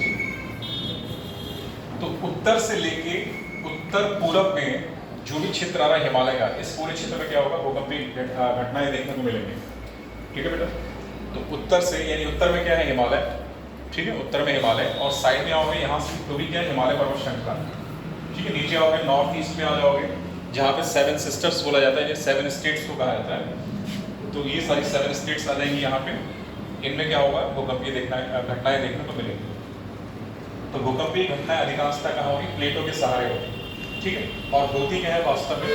ऊर्जा स्थानांतरण की प्रक्रिया होती है। ठीक है, जो कि भूकंप मूल से उद्गम होने वाली भूकंपीय तरंगों के माध्यम से संपन्न होता है। भूकंप मूल से क्या निकलता है? भूकंपीय तरंगें निकलती हैं। जैसे नाम लिया था P वेव्स, S वेव्स और L वेव्स, पढ़ा है ना? भूकंप जब पढ़ा होगा तो उसमें नाम आया होगा P वेव्स, S वेव्स और L वेव्स। ठीक है, तो ये भूकंपीय तरंगें होती हैं। इन्हीं भूकंपीय तरंगों के कारण क्या होता है? जब ये भूकंपीय तरंगें पृथ्वी पर ऊर्जा लेकर पहुंचती हैं तो पृथ्वी पर भूकंपीय विनाश आरंभ होता है। और इनमें भी अगर सर्वाधिक जो नुकसानदायक है या सर्वाधिक विनाशकारी वो कौन सी होती है? L waves. सबसे ज्यादा जो विनाश करती है वो कौन सी है? L waves. ठीक है, तो इनके नाम याद रखना है। पी वेव्स, एस तरंग यानी एस वेव, एल वेव्स, इनके नाम याद रखना है। और इनमें से जो एल तरंग है वो सर्वाधिक भूकंपीय विनाश के लिए जिम्मेदार होती है। ठीक, तो इसके बारे में थोड़ा सा लिखो।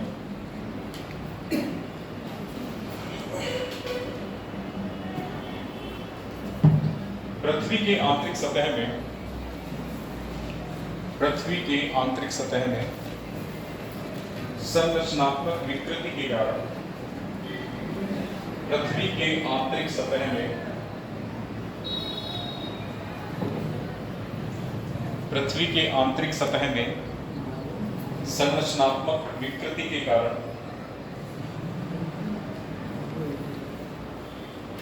संरचनात्मक विकृति के कारण उत्पन्न जल से उत्पन्न जल से भूकंप पैदा होते हैं। संरचनात्मक विकृति के कारण उत्पन्न जल से भूकंप पैदा होते हैं। फर्स्ट ऑफ, पृथ्वी की ऊपरी सतह में अचानक आई दरार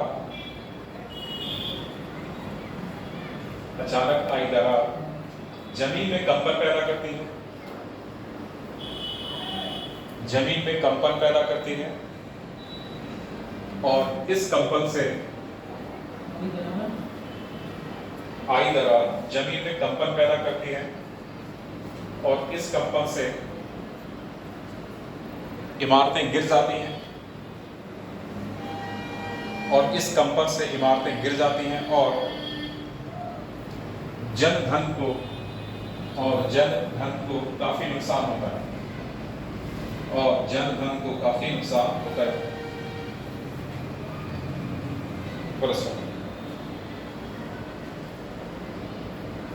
पैराग्राफ बदलते लिखो।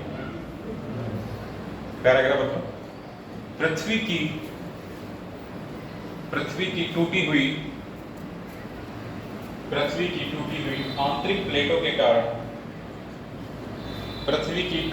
आंतरिक प्लेटों के कारण भूकंप पैदा होते हैं। पृथ्वी की टूटी हुई आंतरिक प्लेटों के कारण भूकंप पैदा होते हैं। Full stop. भूकंप भूस्खलन ज्वारीय लहरों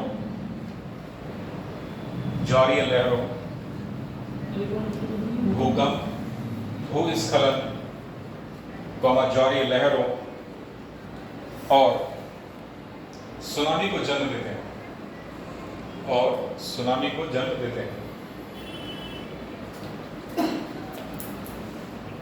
ठीक है बेटा।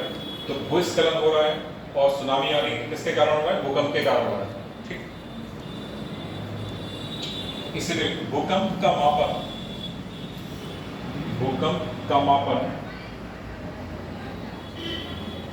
रिक्टर पैमाने पर किया जाता है।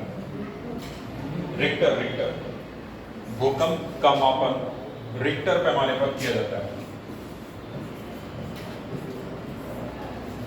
भूकंप का मापन रिक्टर पैमाने पर किया जाता है।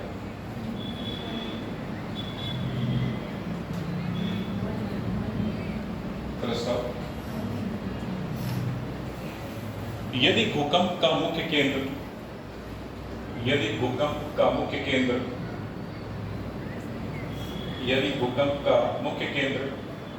अधिक जनसंख्या वाले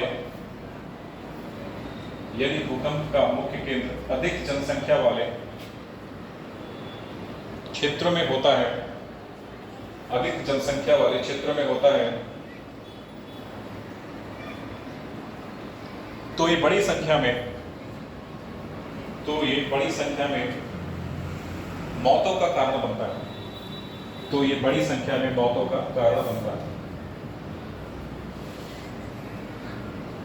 साथ ही साथ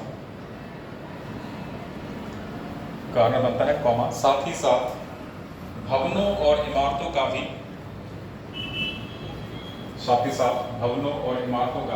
बड़ी संख्या में विनाश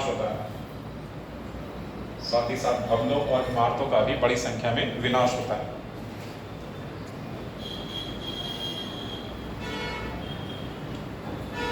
पैराग्राफ बदल लिखो। भूकंप का पूर्वानुमान करना संभव नहीं है,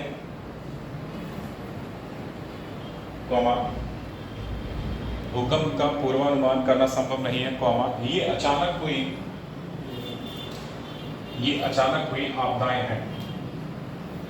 अचानक हुई आपदाएं हैं। Full stop. अचानक हुई आपदाएं हैं।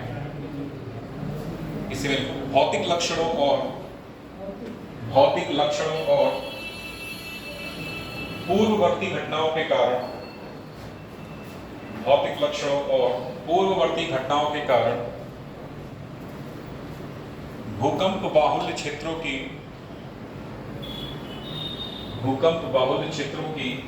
पहचान करना संभव है। देखो बेटा, ये लाइन इंपॉर्टेंट है यहाँ पे, ठीक है। देखो पहले सुनो मेरी बात, जो ये लाइन लिख रहे हैं हम लोग, ये लाइन इंपॉर्टेंट है। पहला हमने क्या कहा कि भूकंप का पूर्वानुमान संभव नहीं है, यानी कठिन है।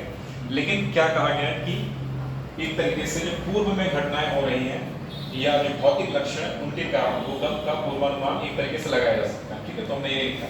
अब दोबारा समझ रहे, भौतिक लक्षणों और पूर्ववर्ती घटनाओं के कारण, भौतिक लक्षणों और पूर्ववर्ती घटनाओं के कारण भूकंप बाहुल्य क्षेत्रों की पहचान करना संभव है।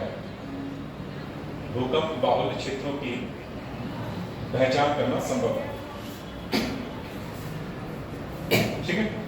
तो बात समझ आ गई। पहली बात क्या है, हम भूकंप का पूर्वानुमान नहीं लगा सकते, लेकिन किसी स्थान के भौतिक लक्षण और पूर्ववर्ती घटनाओं के कारण हम कुछ हद तक भूकंप का या जो भूकंप बाहुल्य क्षेत्र है उनका अनुमान लगा सकते हैं, ठीक है। तो यार अगला देखो, नंबर 2, ज्वालामुखी घटनाएं। ज्वालामुखी घटनाएं,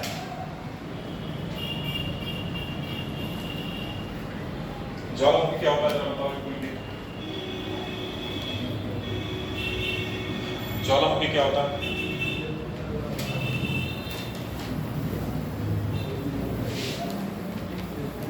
देखो बेटा, ज्वालामुखी भी क्या है, एक तरीके से वास्तव में ऊर्जा स्थानांतरण की प्रक्रिया है, जिसके माध्यम से क्या होता है, पृथ्वी किसी एक बड़े विस्फोट से सुरक्षित रहती है, ठीक। इसमें होता क्या है कि पृथ्वी में कुछ जगह पाई जाती है जिनको क्या बोलते हैं, एस्थेनोस्फीयर।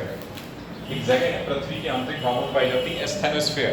एस्थेनोस्फीयर में क्या होता है, रेडियो सक्रिय पदार्थों की अधिकता के कारण यहाँ अत्यधिक मात्रा में ऊर्जा पाई जाती है। रेडियो सक्रिय पदार्थों के कारण क्या होता है, इस क्षेत्र में यानी एस्थेनोस्फीयर में अत्यधिक मात्रा में ऊर्जा पाई जाती है, जिसके कारण जो एक तरीके से जो लावा है ना, पृथ्वी के आंतरिक भागों में चट्टानें हैं, पृथ्वी के आंतरिक भागों में चट्टानें पिघल कर किसका निर्माण करती हैं, लावा का निर्माण करती हैं। तो यही लावा जो पृथ्वी की कमजोर चट्टानें उनको तोड़ते हुए बाहर निकलता है, और इसी को क्या नाम देते हैं, ज्वालामुखी उद्गार नाम दिया जाता है, ठीक है। तो पृथ्वी के आंतरिक भागों में रेडियो सक्रिय पदार्थों की उपस्थिति के कारण अत्यधिक ऊर्जा होती है। अत्यधिक ऊर्जा के कारण चट्टानें पिघल जाती हैं, और ये चट्टानें किसका निर्माण करती हैं, लावा का निर्माण करती हैं। और यही लावा क्या होता है, कमजोर चट्टानों को तोड़ता हुआ पृथ्वी की सतह पर वापस आता है, और इसे क्या बोलते हैं, ज्वालामुखी उद्गार होता है, ठीक है बेटा, ठीक है। तो ये बात याद रखनी। और लावा विसर्जन के साथ ही कई मात्रा में बड़ी मात्रा में गैसें भी निर्मुक्त होती है, ठीक है। तो इतना सी बात करें। ज्वालामुखी विस्फोट, ज्वालामुखी विस्फोट तब घटित होते हैं, ज्वालामुखी विस्फोट तब घटित होते हैं जब एक ज्वालामुखी से तब घटित होते हैं जब एक ज्वालामुखी से लावा और गैस विसर्जित होती है, लावा और गैस विसर्जित होती है। फर्स्ट ऑफ, सबसे भयावह प्रकार का, सबसे भयावह यानी भयानक, सबसे भयावह प्रकार का ज्वालामुखी विस्फोट, सबसे भयावह प्रकार का ज्वालामुखी विस्फोट, भयावह प्रकार का ज्वालामुखी विस्फोट पिघलती हिमस्खलन, पिघलती हिमस्खलन के रूप में माना जाता है, पिघलती हिमस्खलन के रूप में माना जाता है। जैसे एक तरीके से हिमस्खलन क्या हुआ, लावा के कारण, जैसे अगर किसी पर्वतीय क्षेत्र में आ रहा है तो वहां की बर्फ क्या होगी, पिघलेगी। बर्फ पिघलने से क्या होगा, अत्यधिक मात्रा में जल का विसर्जन होगा, तो जल को क्या करेगा, तबाही लाएगा ना, तो वही भयावह कारण है। इसमें यह तब होता है जब यह तब होता है जब मैग्मा मतलब वही जो हमारी चट्टानें पिघलती है ना, उन सब का जवाब। यह तब होता है जब मैग्मा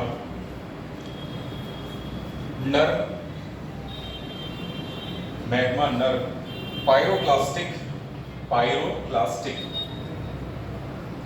मैग्मा नर्म पायरोक्लास्टिक, इस तरीके से पायरोक्लास्टिक मैग्मा नर्म पायरोक्लास्टिक चट्टानों को अपने साथ बहा कर लाता है। मैग्मा नर्म पायरोक्लास्टिक चट्टानों को अपने साथ बहा कर लाता है, जिससे तापमान 1200 डिग्री सेल्सियस हो जाता है, जिससे तापमान 1200 डिग्री सेल्सियस हो जाता है।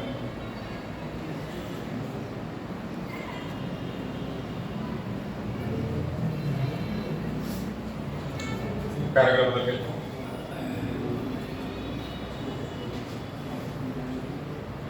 ज्वालामुखी विस्फोट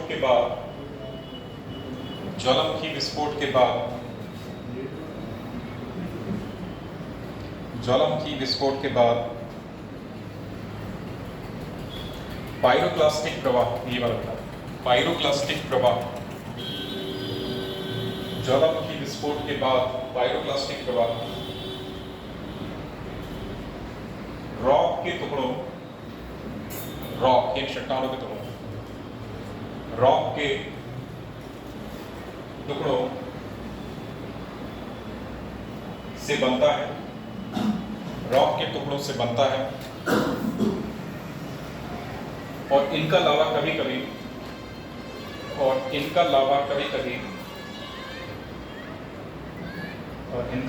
कभी 10 किलोमीटर दूर तक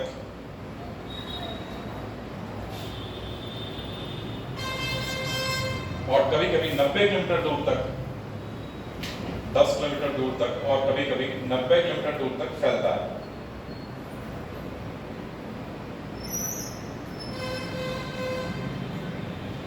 ठीक बेटा,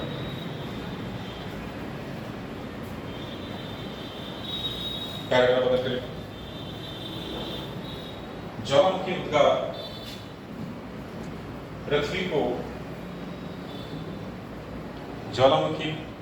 पृथ्वी को एक बड़े विस्फोट से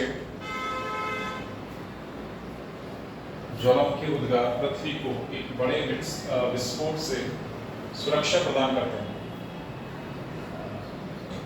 क्योंकि वास्तव में ये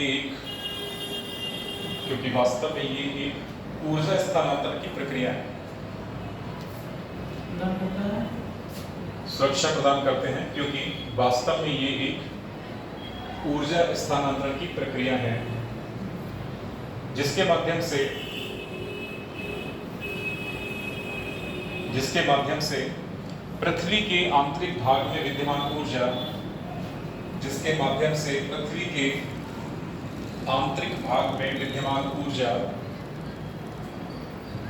पृथ्वी की सतह की ओर, जिसके माध्यम से पृथ्वी के आंतरिक भागों में विद्यमान ऊर्जा पृथ्वी की सतह की ओर निर्मुक्त हो जाती है। ठीक है, चलो अगला है भूस्खलन।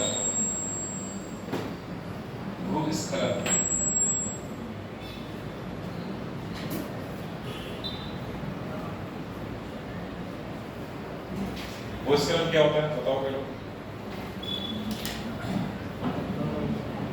भूस्खलन क्या होगा? पहाड़ों का नीचे आना। देखो, चट्टानों का अपक्षय होना और साथ साथ गुरुत्वाकर्षण बल के कारण जो एक तरीके से ढीली बंधी हुई चट्टानें या परतें हैं वो नीचे खिसक कर आती हैं, जिसको क्या बोलते हैं? भूस्खलन कहा जाता है। ठीक है, तो भूस्खलन में क्या है? एक तरीके से प्राकृतिक आपदा ही है।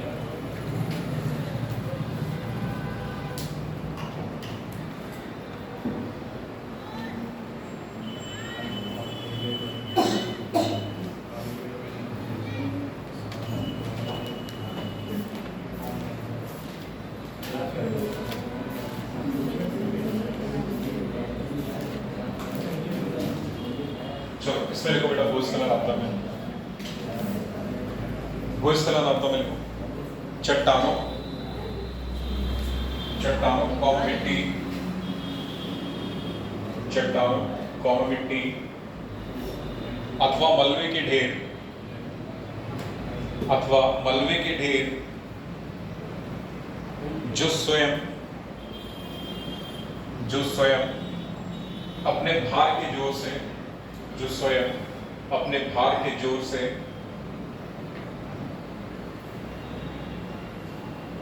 गुरुत्वाकर्षण बल के कारण, जो स्वयं अपने भार के जोर से गुरुत्वाकर्षण बल के कारण पहाड़ों की ढलानों और नदियों के किनारे आ जाते हैं, नदियों के किनारों पर, ऐसे पहाड़ों की ढलानों और नदियों के किनारों पर आ जाते हैं, कौमा यह घटना भूस्खलन कहलाती है, कौमा यह घटना भूस्खलन कहलाती है।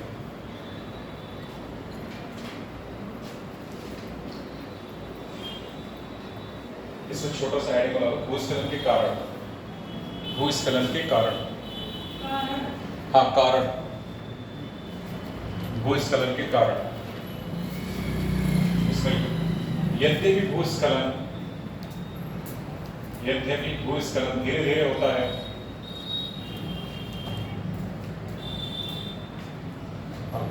यद्यपि भूस्खलन धीरे धीरे होता है, फिर भी आकस्मिक स्खलन बिना चेतावनी के भी हो सकते हैं, फिर भी आकस्मिक स्खलन बिना चेतावनी के भी हो सकते हैं, बिना चेतावनी के भी हो सकते हैं। फिर अतः भूस्खलन की आपदा घटित होने का पूर्वानुमान, अतः भूस्खलन की आपदा घटित होने का पूर्वानुमान लगाना संभव नहीं है, पूर्वानुमान लगाना संभव नहीं।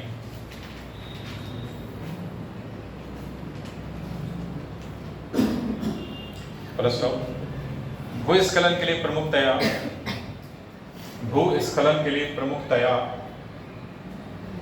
भूकंप, बाढ़, भूस्खलन के लिए प्रमुखतया भूकंप, बाढ़ और चक्रवात की स्थितियां जिम्मेदार होती हैं, इसको अंडरलाइन करें। अगर आपसे पूछा जाता है कि भूस्खलन के कारण क्या है, तो भूकंप, बाढ़ और चक्रवात जिम्मेदार होती हैं। अच्छा, मानवीय शोधों के कारण भी हो सकता है, तो वो भी लिखो इसमें। पहाड़ी क्षेत्र में मानव द्वारा रास्तों के निर्माण के दौरान,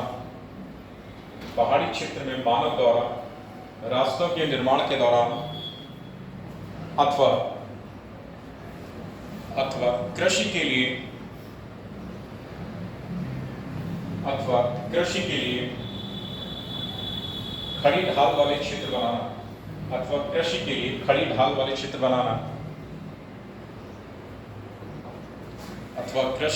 खड़ी ढाल वाले क्षेत्र बनाना, भी भूस्खलन का कारण होते हैं,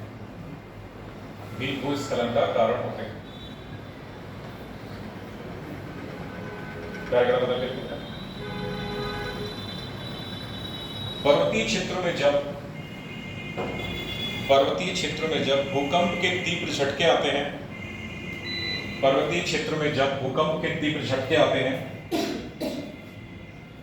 तो ढालों की चट्टानें और मिट्टी खिसकने लगती है, तो ढालों की चट्टानें एवं मिट्टी खिसकने लगती है, फुल स्टॉप। तो ढालों की चट्टानें और मिट्टी खिसकने लगती है, फुल स्टॉप।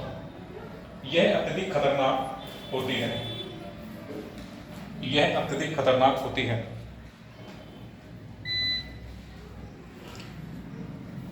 इसी में लिखो बेटा फुल स्टॉप के बाद। बाढ़ के प्रकोप के कारण किनारों की मिट्टी कमजोर हो जाती है। बाढ़ के प्रकोप के कारण किनारों की मिट्टी कमजोर हो जाती है, जिससे मिट्टी और चट्टानें साथ में खिसकने लगती हैं,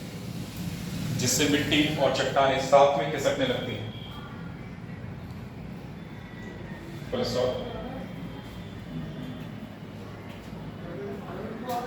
तीव्र चक्रवातों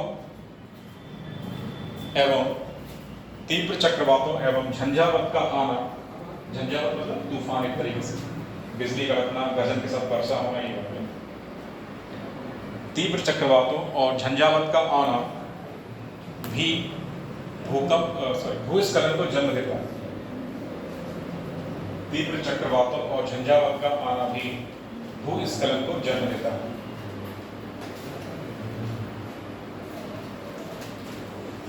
ठीक, अगला हेडिंग इसको बना लीजिए, भूस्खलन के क्षेत्र। हाँ, भूस्खलन के क्षेत्र, जो प्रभावित क्षेत्र हो रहे हैं ना सबसे ज्यादा, उनके बारे में बात करते हैं। भूस्खलन के क्षेत्र,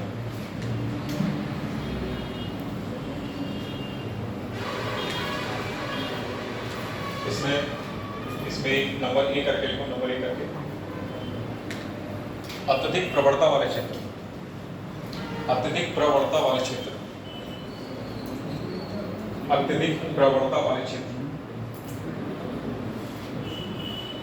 इसमें लिखो डैश करके।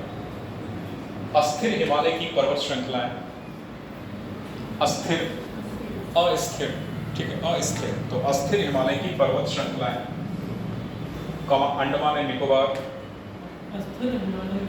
अस्थिर हिमालय की पर्वत श्रृंखलाएं, अंडमान एवं निकोबार, पश्चिमी घाट और नीलगिरी, ये अत्यधिक वर्षा वाले क्षेत्र, पश्चिमी घाट और नीलगिरी के अत्यधिक वर्षा वाले क्षेत्र,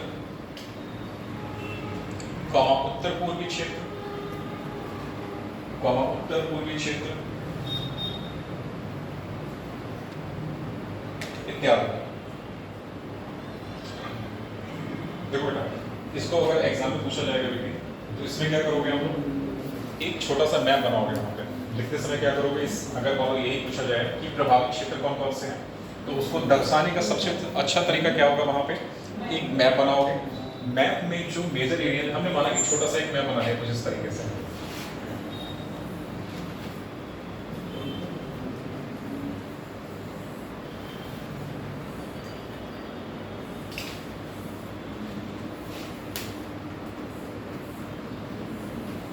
ठीक है। तो यहाँ पे हमने नॉर्थ ईस्ट का रीजन दिखा दिया, ये वाला हिमालय का क्षेत्र ये वाला दिखा दिया, ठीक है। अंडमान एंड निकोबार कहाँ दिखा दिया बेटा, यहाँ पे दिखा दिया इस तरीके से, ठीक है। तो अंडमान और निकोबार का क्षेत्र कहाँ जाएगा, बंगाल की खाड़ी में, ठीक। पश्चिमी घाट हमने ये वाला दिखा दिया, तो पश्चिमी घाट दिखा दिया, ठीक है। और उत्तर और पूर्व का क्षेत्र यहाँ दिखा दिया, अंडमान निकोबार यहाँ दिखा दिया, पश्चिमी घाट ये दिखा दिया, और साथ में नीलगिरी यहाँ पे दिखा दिया, ठीक। तो ये हमारे क्षेत्र क्या है, भूस्खलन की तीव्रता वाले क्षेत्र हो गए। तो इसको जब भी इस तरीके से क्वेश्चन आएगा, आप तो क्या करोगे, छोटा सा मैप बनाओगे। वहाँ पे मैप बनाने के साथ साथ उन क्षेत्रों को वहीं पे दर्शा देना है। छोटा सा मैप बनाना है और मैप बनाने के साथ साथ उन क्षेत्रों को वहीं पे दर्शा देना है। तो इससे क्या होगा, ये एक हमारा जो आंसर राइटिंग है ना वैल्यूएबल हो जाएगी, ठीक है। तो ये काम याद रखना है, जब भी अगर इस तरीके का क्वेश्चन आएगा क्षेत्रों को दर्शाने वाला, तो क्षेत्र हम जब ही दर्शाएंगे वहाँ पे, जब एक छोटा सा मैप बना के वहाँ पे कोशिश करेंगे एक मैप बनाएं और मैप के साथ उन क्षेत्रों को वहाँ पे दर्शा दें, ठीक। ये थोड़ा ध्यान रखना। बी पॉइंट करके लिखो इसमें, अधिक सुवेद्यता वाले क्षेत्र, अधिक सुवेद्यता वाले क्षेत्र, अधिक सुवेद्यता वाले क्षेत्र। हाँ बेटा, हाँ भूस्खलन में लिखेंगे, अधिक सुवेद्यता वाले क्षेत्र, इसमें लिखो।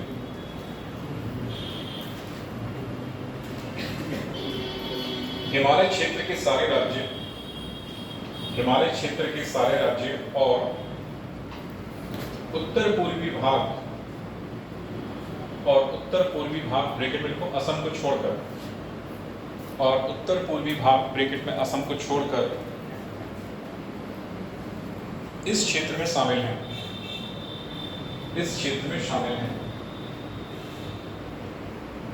नंबर सी करके लिखो। मध्यम और कम सुवेद्यता वाले क्षेत्र, सुवेद्यता मतलब वल्नरेबिलिटी कहलाता है। सुवेद्य मतलब एक तरीके से कह सकते हो कमजोर होता है, एक तरीके से वल्नरेबल होता है। मध्यम और कम सुवेद्यता वाले क्षेत्र, इसमें लिखो हिमालय की कम वृष्टि वाले, कम वृष्टि मतलब वर्षा जहाँ पे कम हुई, हिमालय की कम वृष्टि वाले क्षेत्र, ठीक है, कॉमा लगा के लद्दाख और हिमाचल प्रदेश, में स्फीति, लाहौर स्फीति जगह है ना, वही स्फीति, लद्दाख और हिमाचल प्रदेश में स्फीति, कॉमा अरावली पहाड़ियां,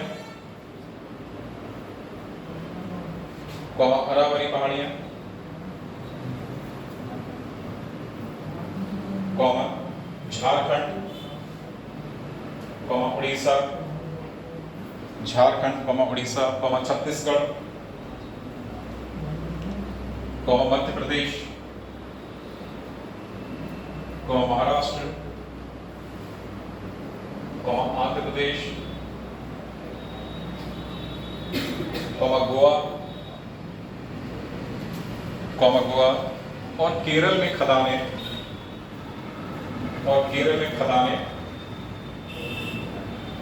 इत्यादि, ठीक है, और केरल में खदानें इत्यादि। तो ये सारे क्षेत्रों को हमने भूस्खलन की प्रवणता के आधार पर इनको बांटा है, अत्यधिक प्रवणता वाले, फिर मध्यम प्रवणता वाले, और फिर कम प्रवणता वाले क्षेत्र, ठीक है। इसके आधार पर हमने ये क्षेत्र बांट दिए हैं भूस्खलन के अनुसार। इसके बाद का हम लोग कल देखेंगे बेटा, इसको पॉज करो, पता